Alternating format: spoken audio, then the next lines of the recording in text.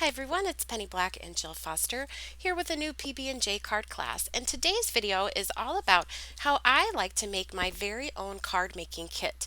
And I'm going to be doing that with an autumn kit today, but you could use the same process for any type of kit. And I just love doing this because it narrows my choices and makes it easier to craft in sort of short bursts of time. So the first step in creating your very own kit is to assemble your kit and do your die cutting, or at least this is how I like to do it. So the first thing I do when I'm making my kit is just go through maybe any new products that I've gotten and my stash, and I gather together focal points. So in this kit, I didn't want it to be too big, but I've grabbed one of Penny Black's new stamps called Letting Go. This also has a cutout die available.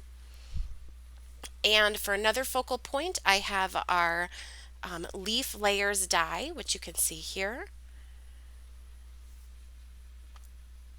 And I also have our pumpkin blooms die set. Now all of these dies, I gather them together and I just have a photo box actually, and I keep everything that I'm putting into my kit inside of that photo box. And I store my dies just in a regular old envelope, and I will gather up this kit and then I will just sit and have a die cutting session. And I cut everything from Canson 140-pound cold press watercolor paper, and after it's cut I just stick it back into the envelope with the actual dies themselves. So you can see here I'm just taking out some of the pieces that I've cut and giving you a look at those dies. Now I find when I'm making a kit, I am often a lot more motivated to get in and start crafting if I put a couple of items in there that are new to me. It's just more exciting for me, and I love then mixing and matching those with items from my stash. So these three focal points are new Penny Black products, but you'll see in a moment here where I'll be mixing and matching them with items from my stash. So again, just a look at all of these great elements you get in that pumpkin bloom set, and I just have a die cutting session and put them all into the envelope. Now, after I've picked out my focal points, I like to look for some supporting elements. So for this, I'm looking for sort of background elements or things that can go with those focal points. So I have grabbed Penny Black's Stick and Shine sheet. This is one of our new Stick and Shines, Beautiful Branches, and I'll show how I'll be using that a little bit later in the video. I keep my foil for the Stick and Shine sheets just in an envelope so I can grab that and put it into my photo box. Then I've also grabbed a new Penny Black embossing folder. This is texture. I love this folder. It's really versatile. And I will also, like I die cut those pieces in advance, I will run a few of these through through the embossing folder and gather them together and just keep them there ready to go in the photo box. Then I've also looked through my stash. Now I store, like you can see here, my dies just in envelopes, and then I have those organized by sort of theme. So I just went through my leaf and flower theme and pulled out some from my stash that I thought I might enjoy mixing and matching with these focal points. So I just limit my choices and put these into that photo box to make my kit. So this is Penny Black's Leaves die set. Love this set. I use it all the time. And I also grabbed Dignified, and I thought this would look really pretty with some autumn colors. And then I'll also grab Penny Black's Ascending die, so grabbing those from my stash. And if you've watched any of my videos recently, these will look familiar. I've been using these dies over and over and over again. They're so versatile. Now another item that I like to add to my kit are frames. For me, a frame just gives me almost a finished card design in itself. So once I have created with my focal points, I can use the frames to finish the card. So the frames that I decided to grab for this kit are Penny Black's double frames. And you can see this set cuts 2 frames, which you can then layer on top of each other. and it's just an instant card design and it's just beautiful detail. I love these frames, and they're really great for sticking in those leaves or those pumpkins, which you'll see in a minute. This is Penny Black's Classy frames, so I have cut a bunch of those. I've saved some of the interior pieces as well as the exterior pieces. And again, you can see that envelope just full of those. And I also grabbed Penny Black's background basic stencil set. This makes it into almost every kit that I make. Finally, I'm going to just be looking for some sentiments that will fit with the theme of this kit, which is autumn, Thanksgiving, gratitude. And so I've just gone through my stash and pulled out just a few that I could have on hand while I'm making the cards. Then I can just work from my kit box, and that just makes it less decisions to make. It's easier once I'm working, then I can just look through a few things instead of several. So I had our Always Thankful set, and then I also grabbed our Blessed Edger and Blessed Builder set and our Grateful Edger and Grateful Builder set.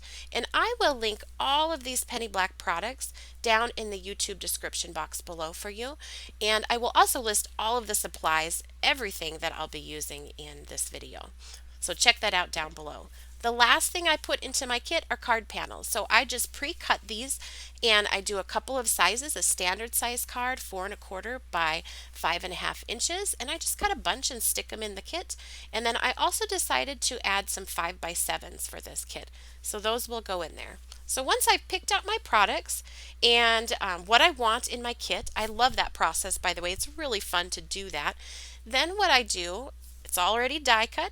It's sitting there in the box. I can just sit down at any time and add color to those die cut pieces or those stamped pieces. Now, just a little tip, if you want to make the process easier, you can try choosing a color scheme before you start adding color. That way, all of your pieces can easily mix and match together. And another little tip, an unexpected color can make the rest of your color choices pop. So I've added a little bit of purplish pink and some turquoise blues into my color palette for these cards. So now I have all of those pieces die cut. I have them ready to go in my box. At any time, I can just sit down and do a little bit of painting. Now, as I'm painting these, I don't have any idea how I'm going to use them on a card yet. And I actually really enjoy that, because then I can just enjoy the painting process without that pressure of like, well, how am I going to use this on the card? I can just relax and paint, pull it out, not have to think too hard about what I want to do. And again, if you've already picked out your color palette, then you don't even have to think too hard about what colors you want to use. I also find that if everything's already cut, and it's easy to access, I am much more likely to just sit down and do a little bit. So sometimes if you feel like you have to get out a whole bunch of supplies but you only have maybe 15 minutes to be creative, it sort of is a deterrent to even starting. But if it's all ready to go, even if you only have a little bit of time, there's no deterrent there. You can still get that creative time in. Now, I will link down below to a more detailed video about my painting process, but I am just painting all of these with Distress Ink Reinkers used as watercolors. So I just have a palette of those dripped off to the side, and I have a cup of water and a paper towel, and I am just painting these die cuts. And again, I'll have a video with more detailed and slower information about my painting process listed down below. But in this video, I just wanted to kind of share this whole make your own kit process and just the fun that you can have in having things prepped and ready to go for short bursts of creative time. So I'm just continuing to paint these. Again, no idea how I'm going to use them, but they were ready to go, and so I could just grab them and do a little bit of painting. I often find too, if I can get over sometimes that resistance to starting, I'll actually end up putting in a lot more creative time than I thought I had time for it. It's just very satisfying. So I will, even after I've painted a lot of the elements, I will assemble some of them together, as you can see here, mixing and matching different flowers and leaves and those pumpkins from my die cuts. I'm also going to be painting some of these leaves. So again, just whenever I had a chance, I could pull out a couple of die cuts and do a little bit of painting. And if you are new to watercolors, I really recommend trying painting die cuts. It's much easier, at least for me, than painting in line art image, and a great way to try out new colors, to play around with how much water, how much ink, blending. And also, once you're done, as you'll see me do here, if you aren't happy with how the watercoloring turned out, you can just grab like your distress inks and an ink blending tool with a foam pad and blend right over the top of it. And it just can kind of smooth out any blotchy areas, or if you didn't quite get things blended the way that you wanted to. Now, if you don't like to paint, you can still do this kit making process. You could pick out colored cardstock at the very beginning when you make your kit and just cut things, die cut things from colored cardstock. You could just use ink blending tools with foam pad and skip the whole painting process. So there's really no wrong way to do it as long as it is fun for you. So as you can see here, I just grabbed Distress ink in that same color that I painted the leaf, and I'm just inking on top once it was dry to just kind of make the colors a little bit more how I liked them and to darken them up. And I'll do that on several of the leaves here. Now, all of the exact colors I'm using, all of the supplies I'm using, the paintbrush, the inks, all of that will be listed for you down in that YouTube description box below. There is a section that just says other supplies, and then you can find all of those listed below. So again, I'm just going here and inking over the top of these, and just very lightly inking, and you can see that sort of darkens up some of those areas and smooths out the painting process.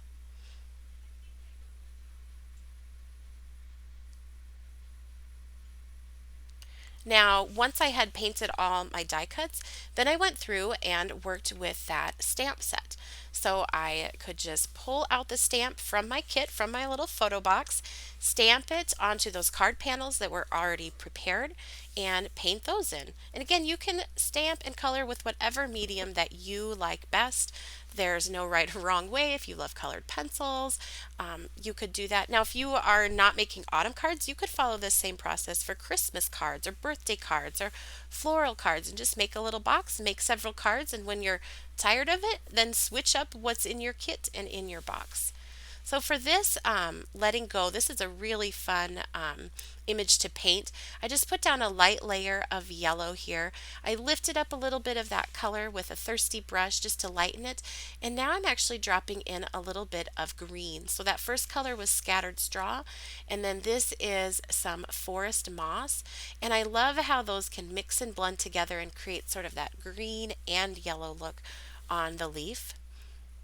You can also hear I'm putting down some brown and painting in the leaf. Now I stamped this with Memento Toffee Crunch ink, and what's great about that is it gives a sort of an almost no line look. So you can still see some of the outline, the veining in those leaves, but it's not a stark black, and so it's just very subtle and very, very pretty. Now I also stamped this same stamp when I was doing sort of my assembly line process of stamping and painting in an Archival ink in the color of watering can, which is kind of a charcoal color, and I just very quickly painted it in. And I'll show you a card with that later on in the end of the video. So I'm just going to finish painting this up. And again, it'd be easy to sit down, just do stamp several, and then paint them when you have a chance. So now I have all of these elements, my die cut elements, some of this stamping. What the last thing I'm going to do is just add some backgrounds and some sentiments. And so this is when I love to reach for those few elements that I've added into my kit, like these branches stick and shine sheets. And I think they're really pretty behind these pumpkins. They're also great for Christmas cards too. So if you're familiar with our stick and shine, I'll link a video for you for that down below, but it's essentially like a sticky rub-on. So I'm just placing this onto my paper and rubbing it on, and then placing the foil over the top and rubbing that with our applicator tool, or you could use your hand or just like an old gift card, and then peeling up the foil, and that instantly adds a foiled background so easily to your card design. And I think that just looks really fun behind the pumpkins. And here's where I grab that stencil set. It is full of different size stencils and background shapes that you can use. Definitely check that out if you're looking for a great way to finish cards. I'm just going to add a little bit of Toffee Crunch inking using an ink blending tool and a foam pad, putting most of the ink in the corners of that stencil, and it just instantly finishes the card. I use these all the time. Now I can add that pumpkin, and all that's really left to do is add a sentiment, and that basic inking and stenciling in the background just gives the perfect little place for the sentiment to go. And again, it's easy to find a sentiment. I've just picked out a few and they're over in my kit when I'm ready to add that. So here is a look at all of the cards that I did using this kit, using those pieces I had pre-die cut and pre-painted, then using those background elements like the stick and shine and the stencil set. You can see that sort of common theme of the color scheme, so I could easily mix and match those different elements that I had made ahead of time. And so these are all standard size cards, 4¼ by 5½ inches. And then I'll give you a look here at some 5 by 7 cards that I made. Again, using that, you can see the frame, that texture embossing folder, and then just adding in some of those die cut elements that were already pre-painted. And you'll see here now I'm going to follow a similar sketch for these next 4 cards. So that's something else you can do if you have just a few elements like just this classy frames die set in your kit. Just follow the same sketch but mix and match with different things that you've already painted to create your cards. Just less decisions and easier if you're working in short bursts of time to do a few things when you don't have to think of a new design for every single card. So you can see there, and it's really fun when these elements are already painted and ready to go, to just play around with them within that frame or within on each card. Now I did even more cards with those elements that I had pre-cut and pre-painted, and here's where I grabbed that double frames die, and then I had the pumpkin, the flowers, the leaves were already done, so I just added a little light inking to that background and a sentiment, and I could easily finish up these cards as well. Again, playing around with that same frame design but inserting different die cut elements. Here's where I reached for one of those edger dies, and then again you can see I mix and match the different pumpkins and the leaf layer dies onto that card. So I'll have still shots here at the end of the video of each one of the cards. Now if you'd like to know the exact supplies that were used on a specific card, we have a blog post which I'll link down below in that YouTube description box that shows each card individually, and beneath it will show just the supplies used for that card. So if you have a question about any of these, be sure to check out that blog post. I hope that this video has perhaps inspired you to create a kit of your own, whether it is an autumn kit or a Christmas kit or whatever you're in the mood to create. I'd love to know if you've done something like this before or if you're interested in giving it a try now. Leave us a comment down in the YouTube comment section. We read all of your comments and we so appreciate just your kindness and encouragement and the fun card making community that we have here on the Penny Black YouTube channel. If you haven't already, give this a thumbs up and subscribe to our channel, and I'll list lots of other ways you can get inspired with Penny Black down in that YouTube description box. Happy stamping!